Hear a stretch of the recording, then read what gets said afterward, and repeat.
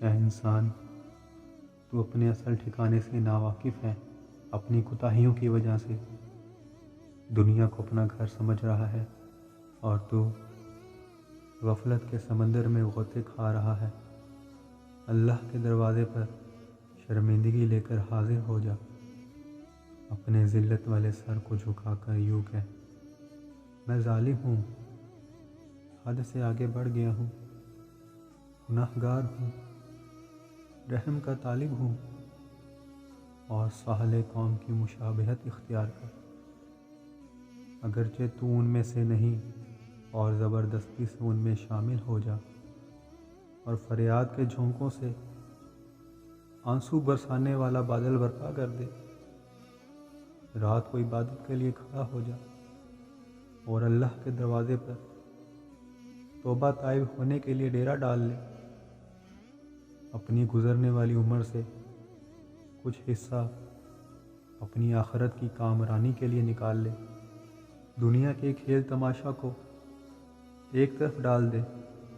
اگر تو آخرت کا طلبگار بننا چاہتا ہے تو دنیا کو طلاق دے دے۔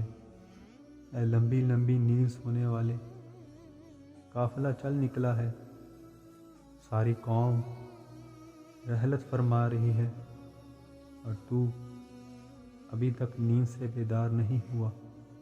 حضرت ایاس بن قتادہ رحمۃ اللہ علیہ بڑے اونچے درجے کے اولیاء میں سے ہیں۔ انہوں نے ایک دن اپنی داڑھی میں ایک سفید بال دیکھا اور یہ دعا فرمائی، اے اللہ، میں آپ سے اچانک سامنے آ جانے والے امور سے پناہ طلب کرتا ہوں۔ میں دیکھ رہا ہوں کہ موت مجھے طلب کرنے والی ہے اور میں اس سے بچ نہیں سکوں گا۔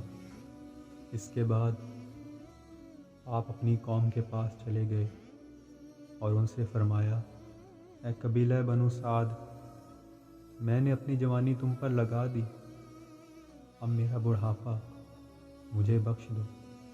پھر آپ اپنے گھر میں عبادت کے لیے داخل ہوئے اور آخر تک اپنے گھر میں ہی رہے، یہاں تک کہ آپ کا انتقال ہو گیا۔